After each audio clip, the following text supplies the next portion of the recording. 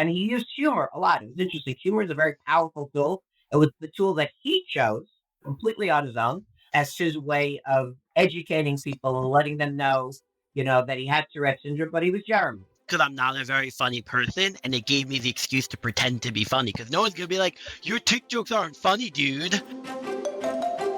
Welcome to The Uptick, brought to you by the New Jersey Center for Tourette Syndrome and Associated Disorders, empowering children and adults through education, advocacy, and research by sharing the stories and experiences relevant to the TS community. Hello! Before we dive into this episode, I have a quick update about scheduling. You may have noticed we did not post an episode last week. This is because I was out presenting at TicCon, the Tourette Association of America's annual TS conference. We are now resuming our regular cadence starting today, with new episodes airing every other Tuesday.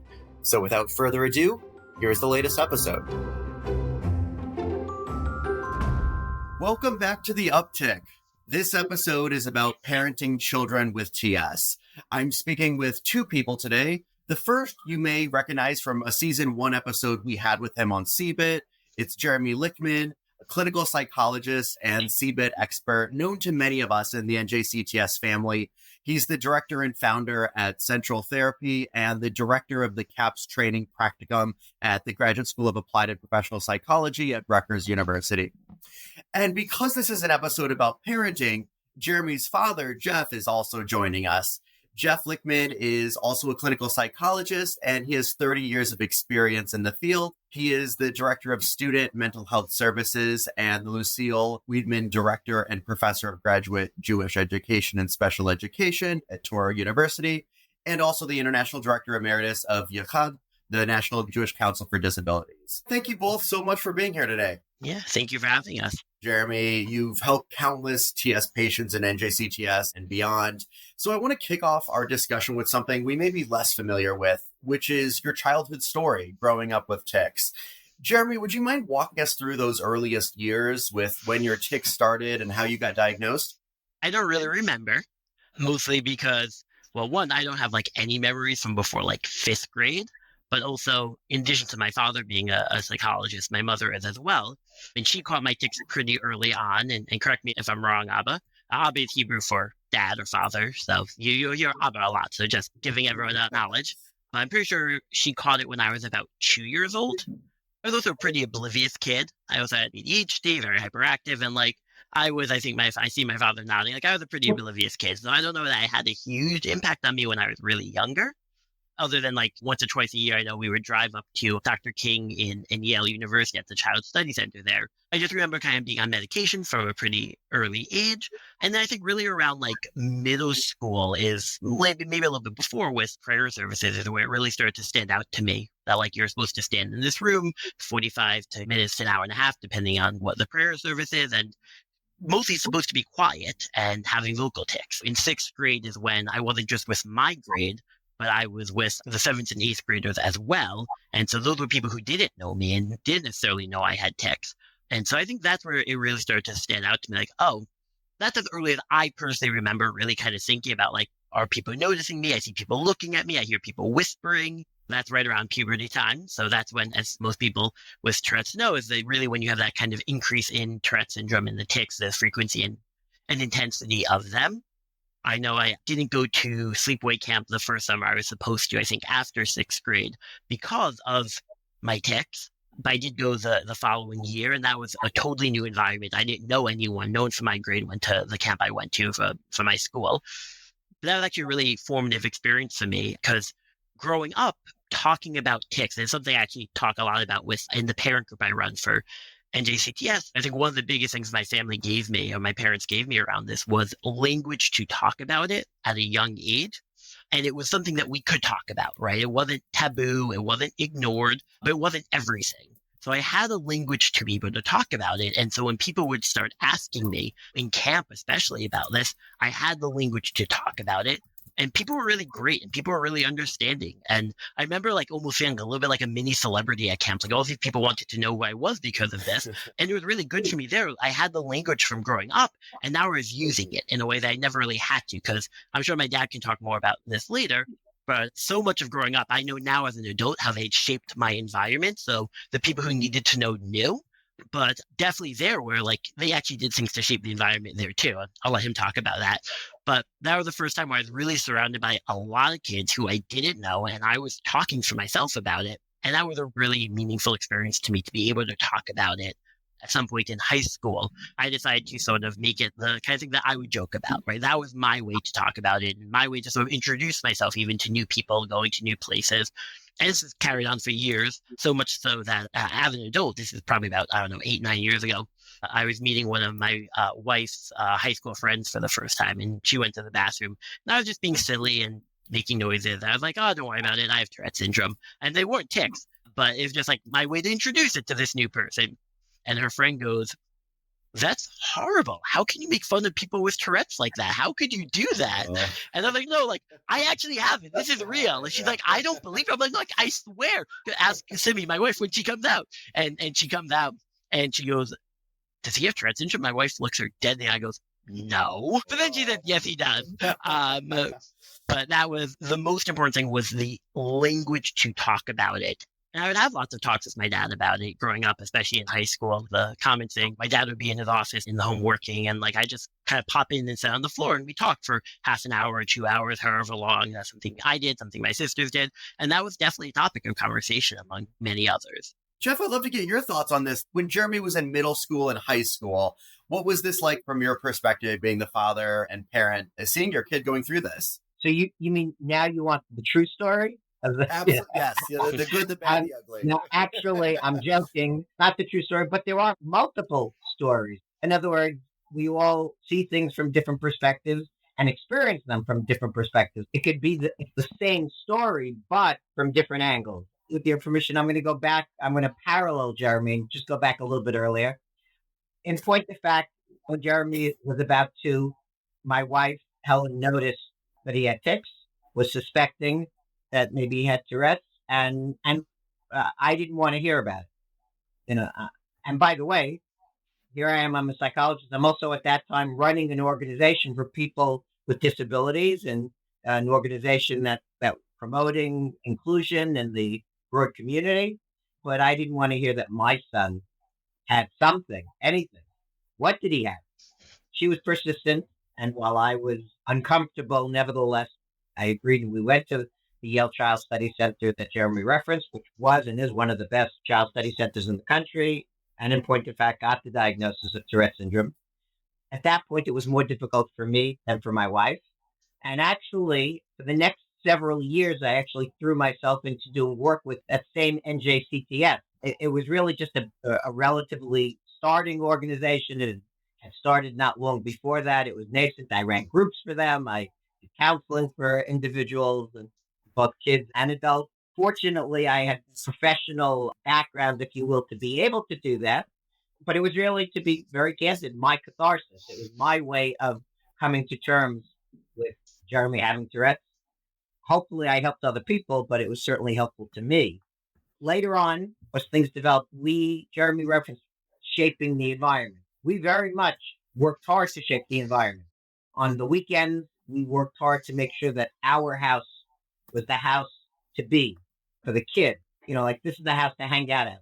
And it was. And I made sure we bought the best candy, the most variety of candy. I mean, the dentist loved me. I'm going to jump in and just say that this is something that for kids I work with Tourette syndrome or other diagnoses where potential social stigmatization or actual social stigmatization is going on, this is advice that I continue to give to this day to families that I work with. But sorry, I cut you off, Abba. And it is good advice. And I think it's one of the best things we did, frankly, in terms of helping to shape the environment. So in other words, we created an environment where all the kids were hanging out here, and it was a safe environment for Jeremy. It was an environment that we could monitor, that I could monitor. And I spent a lot of time, I would hang out with the kids. Look, Jeremy was a boy, and we would play games together and stuff like that. So it helped me to develop, myself as a parent, to develop some rapport and relationship with his friends, with his peers, as well as seeing the situation and being able to monitor it. So that was one big thing I think that we did, and I think it was very effective. Jeremy mentioned that he comorbid with his Tourette's. He has ADHD. When he was younger, it did manifest with hyperactivity in particular. School, the first couple of years, preschool and the early grades were really challenging. I would come into school and the teachers would complain, if you will, about Jeremy's behavior. And I spent a lot of time setting up behavior plans for the teachers to use with Jeremy.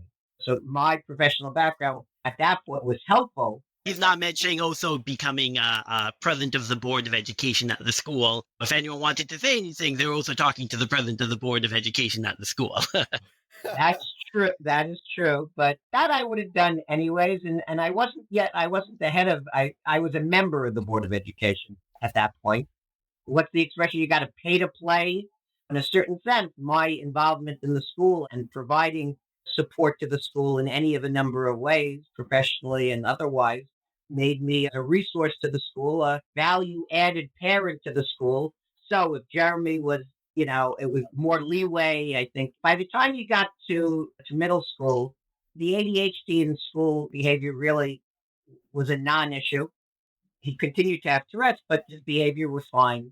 And he actually, I think at that point, had a reputation, if you will, with the teachers and the school faculty as a nice kid, well-behaved, nice kid, didn't stand out, really very milquetoast, low-key, etc. Just a nice boy, didn't stand out in any particular ways, and he had tics. And okay, they dealt with it. And they weren't, listen, I would say his tics were moderate. They weren't severe. They weren't mild, but they weren't severe. It was fine. And he had good relationships with his friends. He mentioned going to camp when he went to camp. So again, we volunteered. Now his older sister was already in camp. And so we had a little bit of a relationship with the camp, but I volunteered myself and my wife. Every year the camp would have a psychologist to come up and do training for a weekend of, the camp counselors. I volunteered the summer before he came, and my wife and I did all of the training. It's interesting hearing Jeremy reference, it's kind of like they knew some of the words already, even though they hadn't had kids with Tourette, as best as I know before that. Well, that's because we gave them the word.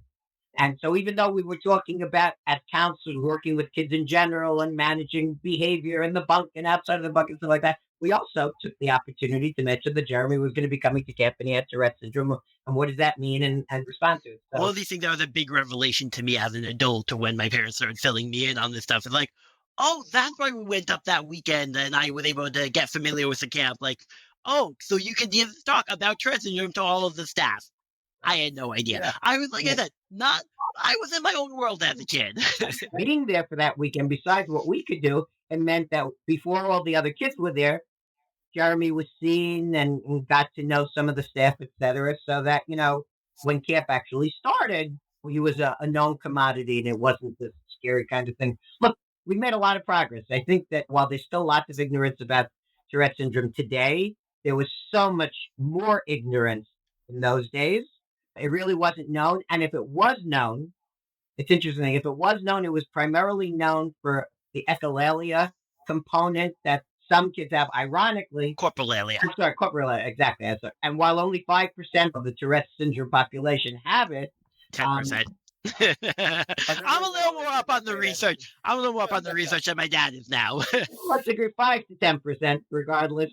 But that's, if it was known at all, it was known for that, actually. So quick sidebar, I want you to know it's interesting. I think the reason why it was known that way, for that was because, and here's where media can play a positive or negative function. It was a show on TV back in those days called, I think, LA Law. This was also the days, I know I'm really dating myself. This was before streaming, before you had 4,000 channels and you watched from your computer. Everybody watched from their TV still, and there were a limited number of channels. Anyways, there were a couple of episodes where they had a client who was arrested and was being tried, and it was in relation to his corporal, right? In other words, he'd used foul language in some setting. I don't remember the details, but what I do know is that millions of people in America who watched LA Law, this was really their introduction to Tourette syndrome. They knew the takeaway, of course, was, people with Tourette syndrome are people they're people who curse, right? I mean, that's what it boiled down to. In any event, he had a good camp experience. As Jeremy said, by the time he was in later middle school, early high school, two things happened. One, was he was comfortable, really comfortable in speaking for himself. I'll use the term advocating for himself. I don't think he perceived it in that way, but it was. And he used humor a lot. It was interesting. Humor is a very powerful tool. It was the tool that he chose completely on his own as his way of educating people and letting them know, that he had Tourette syndrome, but he was Jeremy. Because I'm not a very funny person, and it gave me the excuse to pretend to be funny, because no one's going to be like, your tic jokes aren't funny, dude. So, That was one thing. The other thing that happened was he didn't want to be on medication anymore. He'd been on medication. And this was one of those times. It's interesting. My wife, Helen, really wanted him to stay on the medication.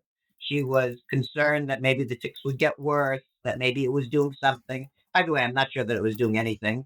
He articulated that it made him feel not himself when he was on the medication, that it sort of dulled him, if you will, and he wanted to be off the medication. And so at that point, I think it's fair to say that I really stepped up and pushed my wife, and he came off the medication. She wasn't happy about it, but I recall it also as I just stopped taking it. I also cold turkeyed it, which you're not supposed to do on the atypical antipsychotics that I was on at the time. Something big there was, I remember in 8th grade for my word report, I got the word lassitude, weariness of body and mind, because throughout middle and high school, or my first year of high school, I'd go to class, I'd put my head down, I'd take a nap, the bell would ring, I'd wake up, I'd go to my next class. And it was a medication. And I remember we were on a break when I stopped my medication, I think in 10th grade. I came back to school, I went to class, I put my head down, and I didn't fall asleep. That was a big thing for me. I think something that's also important to talk about that changed in high school, Abba, you'll be able to talk more about this, but I think this is relevant in terms of my journey and my parents' journey around me having Tourette syndrome, is academically, my parents really didn't push me very hard in elementary and middle school. My dad mentioned me so being very average, milquetoast, not standing out. And I think that's true academically. And I remember growing up not thinking of myself as particularly academically strong, right? It wasn't something I thought was a strength of mine. And then switching over to high school, all of a sudden, my parents, my mom more in some ways, but my dad too. I think my dad was happy to let my mom take the lead here. Was now I all of a sudden I had to do my homework, and it was important, and my grades were important, which was a big shift for me. And I know now, having spoken to my parents, both of them about this, that they were at a point where, one, grades mattered more in high school, but two, where I think they had seen, and my mom talks about my achievement testing and the IQ testing even that I was having because of accommodations I got, my scores going up significantly at around middle school, late middle school. And now, and I think that's tied to growing up, my parents are really worried about me socially. And I think and maybe I'm putting words in your mouth, Abba, but I don't know that they had high aspirations for me academically. You looking at the research on especially Tourette syndrome and ADHD together, it's not crazy. And so I imagine that a little bit, it's not that they didn't think I could do anything, but I think the stronger focus on socializing, right, what took priority for them. But then when high school came along, and I had scored very high on these different achievement tests, I think that was a switch kind of turned for them. And it felt to me, as growing up, very sudden. And I didn't care about school. Again, I didn't think of myself as someone who was academically strong. That became this big priority all of a sudden. And I think was a big source of tension for me growing up with my parents by high school. I just wanted to go home and play video games all day and hang out with friends. And all of a sudden I was supposed to do homework. I don't remember doing that in middle school. Seeing from my mom and I think my dad, seeing that I was doing academically well in middle school and I had scored high, I could do well academically. This is where you could be the best parents with the best degrees and everything, and it's still hard, and there's no perfection here. My parents saw that I was academically capable, but I didn't believe that about myself. And that I had a teacher in junior of high school where that really shifted for me, and that my parents very much were on board with helping promote that. So I know, Jeremy, you mentioned you had a couple sisters. A few topics here. One, did any of your tics involve your siblings in any way, and how did your family handle that? So I would say I'm very lucky. I have two really wonderful sisters, an older sister, Daniela, and my younger sister, Edina. They were always very supportive of me around this. I never really had to super involve them. Again, this is one of the things that years later as an adult, my younger sister and I talked about how when we would watch TV, I would apparently have this tic where I'd have the Coke can or whatever, and I'd bang it 2 times on the table before I took a drink. And she was she did it just a few years ago. She's it was so annoying. Never said anything then.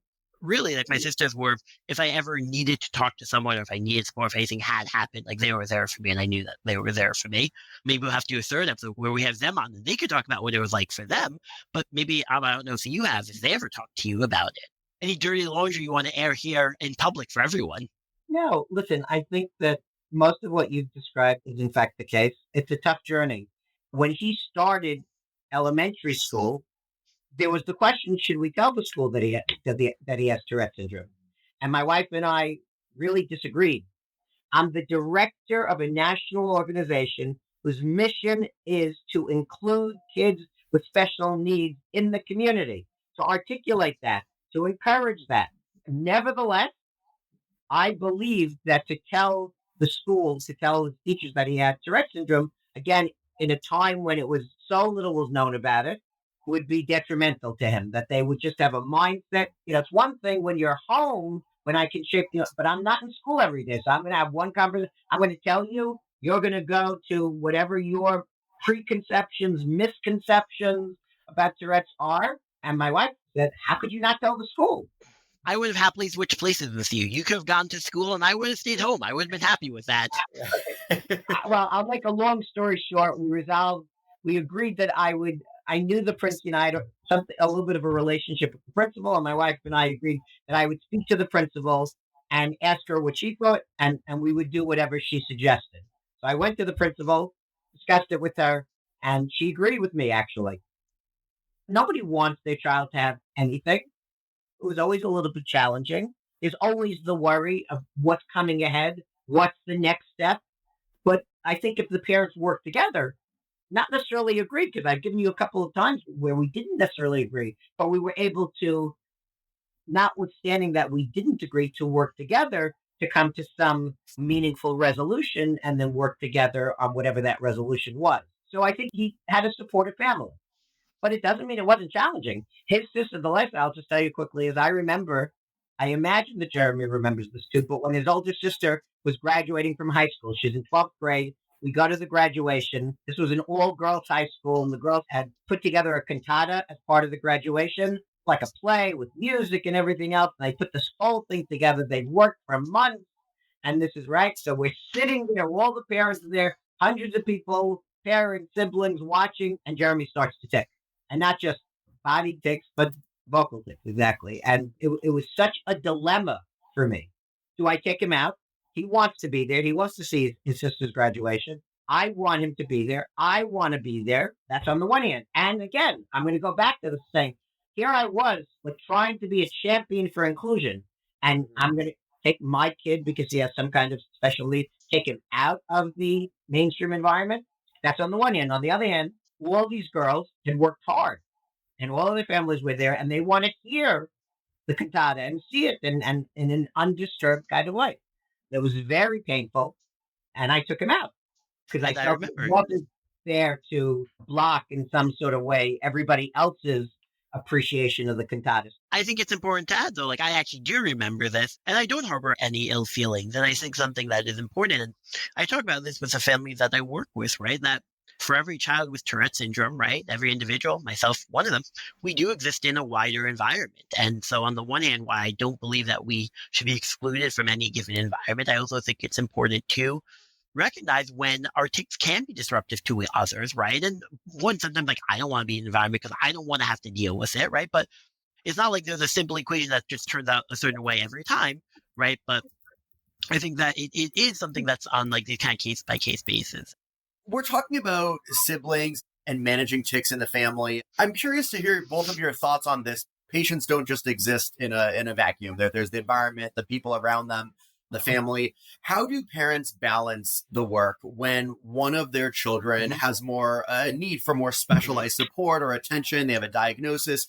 How do we support them without making the other siblings that maybe don't have this diagnosis, without them feeling left out, feeling they're not getting that time or that individual attention with their parents? How do we balance that? So I'm going to actually answer first, because I'm pretty sure my dad is going to say what I'm going to say, so I want to test it. And I think something that's important here is, like, I went to grad school for 4 years, right? I did a 2 years postdoc. Like, I take the work that I do very seriously. I learned a lot throughout that time. And I would still say a significant portion of how I act as a psychologist and therapist is based on my parents and what I learned from them growing up.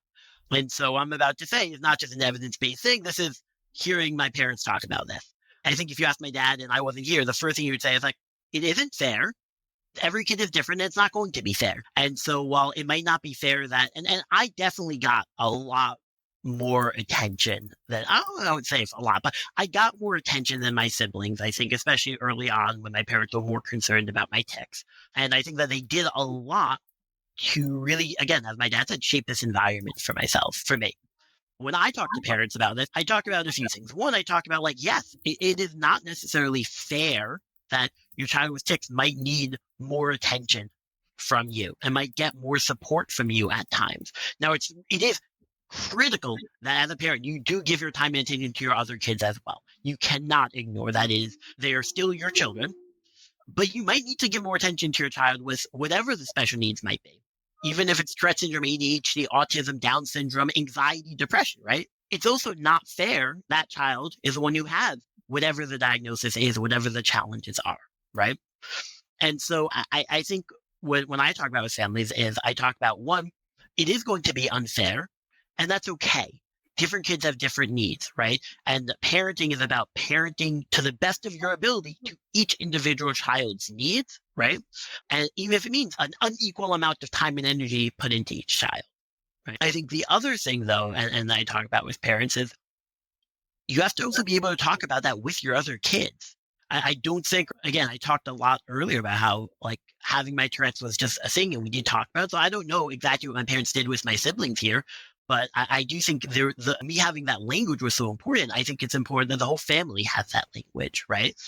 And that I believe very strongly in being honest with children too. So if it's like you're going to a doctor appointment for your child with Tourette's or whatever it is, and it means you might miss something with another kid, I think saying, hey, yeah, this is an appointment and I'm going because your brother Jeremy has Tourette syndrome and it's all the way connected and I do have to do this. And I know that sucks. Validate how it might suck that, and I will be missing your play. And what are ways that I can still have that time with you for you?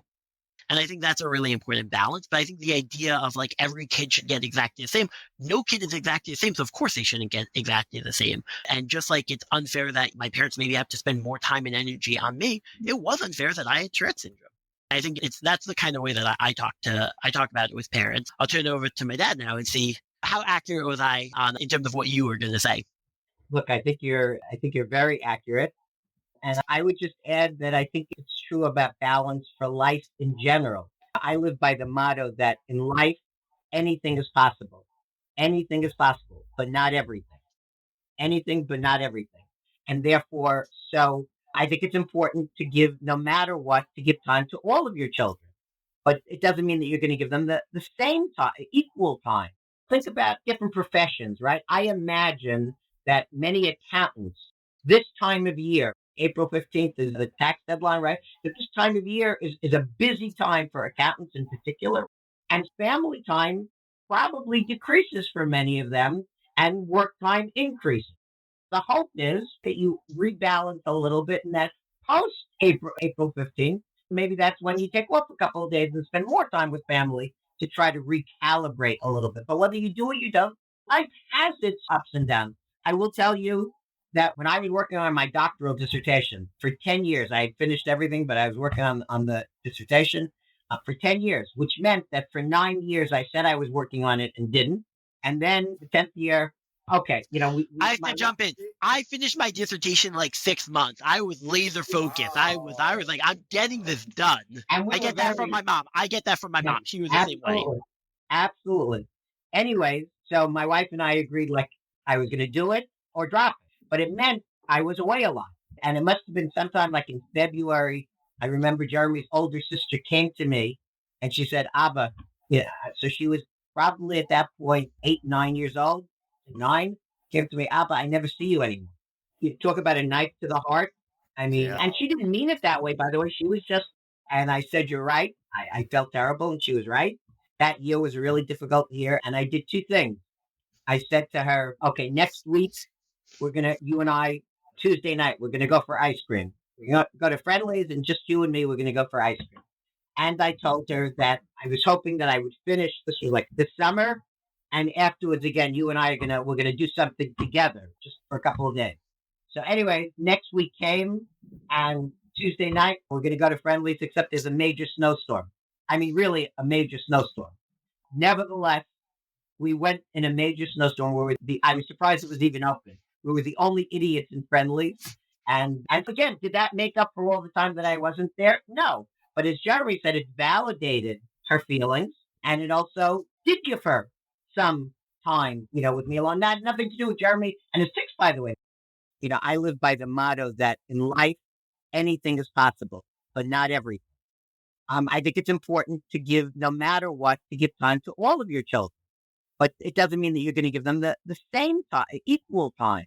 Think about different professions, right? I imagine that many accountants, this time of year, right? April 15th is, the tax deadline, right? This time of year is a busy time for accountants in particular, right?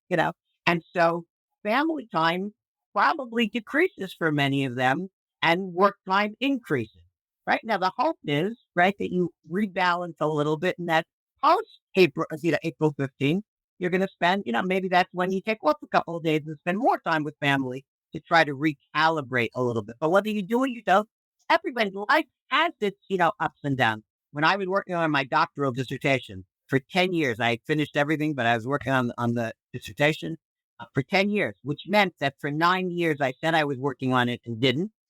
Okay. I have to jump in. I finished my dissertation like 6 months. I was laser focused. I was like, I'm getting this done. I get that from my mom. She was the same way. Absolutely. Anyway, so my wife and I agreed, like, this was I was going to do it or drop it. It had to be, but it meant I was away a lot, and it must have been sometime like in February. I remember Jeremy's older sister came to me, and she said, "Abba," yeah. So she was probably at that point 8, 9 years old. 9 came to me, "Abba, I never see you anymore." You talk about a knife to the heart. I mean, Yeah, and wow. she didn't mean it that way, by the way. She was just, and I said, "You're right. That year was a really difficult year." And I did 2 things. I said to her, "Okay, next week, Tuesday night, we're going to go for ice cream.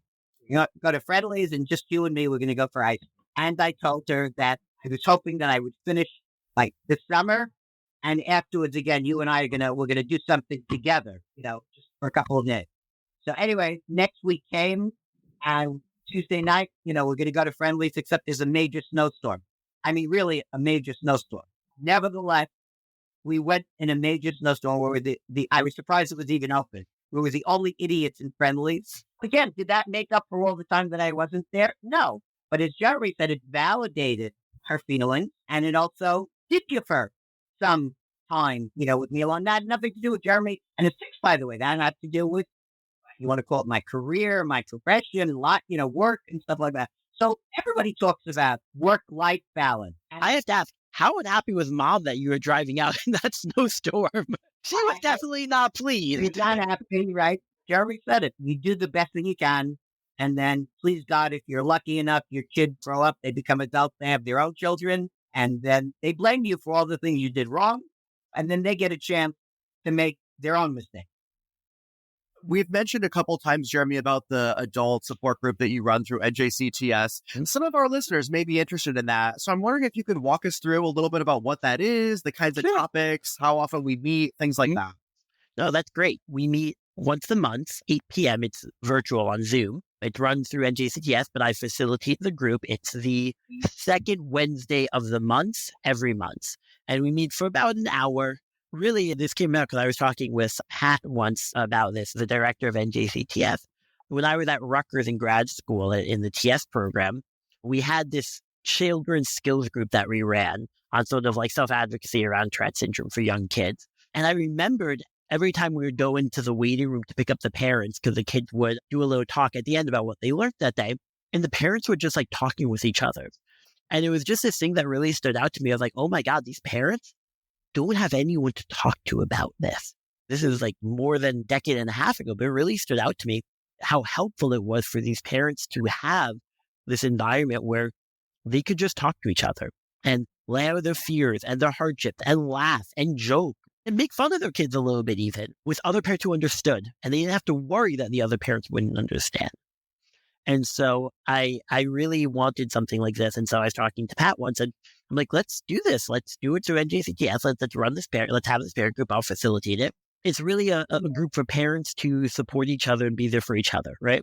And I'm there to sort of facilitate, just get parents to talk and moderate a little bit. And people definitely come on and they also ask me a lot of questions. I'm not going to lie and say that there's no advice given from me that's there. I try my best to also turn to other parents and like, who else has had this problem or challenge? What have they done with this before? I know for a fact that there's been at least a few close friendships between some parents based on this group that have formed and parents who kind of, have formed their own relationship outside of the group because of this. And so I really see it as an opportunity for parents to not feel so alone. We so often focus on the child with Tourette syndrome in the work that we do and the advocacy that we do and everything. And my dad kind of said it before. Every parent wants their kid to be perfect, where every parent doesn't want their kid to have anything. And it's hard, right? Parents go through life with certain expectations, and then the first kid comes around, and all of a sudden, somewhere between the age of 2 and 8, all these tics are coming up, right? And there's no manual to raising a kid, let alone a kid with any sort of special need, any sort of disability, any sort of diagnosis. Having that support, I think, is so important to not feel so alone. And I think that as much as the parents I've worked with over the years, like I'm always impressed by the resilience and strength that they come into my office with. And I even in my individual work with kids and families, I see my job as also being there as support for parents. No kid exists in a vacuum. And if we want, as an advocacy group, as NJCTS, or as a clinician, me and my dad or whatever, if we want to create the best environment possible for kids with Tourette syndrome, any sort of disability, special need, whatever, we have to make sure the caretakers are taking care of themselves too. We're human. We all break down. That's the support group. Once a month on Zoom, every second Wednesday of the month. Yeah, if anyone listening is interested, feel free to check that out. We'll put a link to it in the speaker notes so you can get more info there and sign up. To close things out, are there any other tips, advice, or funny stories you want to share while we're all together here? I guess I'll say I was very excited at this opportunity to do this with my dad. It was really, really big for me as I got older, like learning how much my parents did behind the scenes. Two things I want to say, I guess, is one, I really do appreciate how much my parents did for me, both behind the scenes and in the obvious sense. And so it's really nice for me when I hear both my parents are psychologists, and lo and behold, I'm a psychologist. My dad ran a nonprofit for 25 years. My younger sister started and runs a nonprofit and is a social worker. The apples aren't far from me. My older sister's a lawyer. We don't know how that happened. Okay, she's a great dude. Family had to be a lawyer. Exactly. I think I've been very lucky with the parents I've had. And at the same time, I think it's important that, like, for everything I've said, like, my parents did have an inherent advantage based on their career path in terms of being able to create a supportive environment for me. And I guess I hope the message isn't, well, if you don't get a doctorate in psychology, you're not going to be able to do this for your kid, right? I hope the message is, despite that advantage, right, every parent has resources, every family has resources, right? And to think about, how do I, as a parent, take advantage of the resources I have to support my child? And it doesn't have to be the way that my parents did for me. I mentioned earlier, like, for all the good that they did, not everything was perfect, and there were things that were missed, and like the academic piece, and that was a challenge, right? Not having an on-ramp to maybe I can do well academically. Even the best of parents don't do everything perfectly, and we can expect every parent to do things perfectly, and I don't expect any other parent to do things perfectly. So I guess to close it out, I hope the message here isn't like you have to be like my parents to be successful. Hopefully there's some things that, based on what I said, my dad said, that parents can take and will be helpful for them. But really, it's about finding what the resources are and find out what is that balance that my dad keeps talking about to be able to do this effectively for their family. So that's what I'll say to close out. And I'll very quickly in closing say that, look, I think it's really hard for parents, probably for most parents. The scariest part of this journey, once they know that they have a child with Tourette syndrome, or really any area of disability, but we're talking about Tourette, is the unknown. You don't know, and you're always worried what's going to happen. Are they going to get through school? Are they going to get married? Really, is somebody going to want to marry them? And it's sort of never ending. The support group, the Jeremy runs, is a great way, by the way, of responding to that on an ongoing basis. Life has taught me people are much more resilient than we think. And for the most part, it's going to be okay. It may not be okay in the way that you have a preconceived notion, oh, my son or my daughter is going to be this, that, or the other thing. And we all have them. Let's be honest, no matter how liberal or open-minded we think we are, we all have dreams for our children and boxes that we put them into. If we're smart, we mostly keep them to ourselves. not on it, but we do. That's just the way we're wired. And I think if we can just remember that likely, it doesn't mean don't do anything, but do. You want to support your kids. You want to help them. Do whatever you can reasonably, and then hope and pray for the best. And likely it will be okay. It may not be okay in the way that before you had that child wanted, imagined it would be, but it might be okay in so many other better ways. Very well put there. Thank you both so much for your time. It's been a great episode, and I really appreciate it. Thank you for listening to The Uptick, brought to you by the New Jersey Center for Tourette Syndrome and Associated Disorders, empowering you to stretch the boundaries to live your best life. The NJ Center for Tourette Syndrome and Associated Disorders, NJCTS, its directors and employees assume no responsibility for the accuracy, completeness, objectivity, or usefulness of the information presented on this podcast. We do not endorse any recommendation or opinion made by any guest, nor do we advocate any treatment.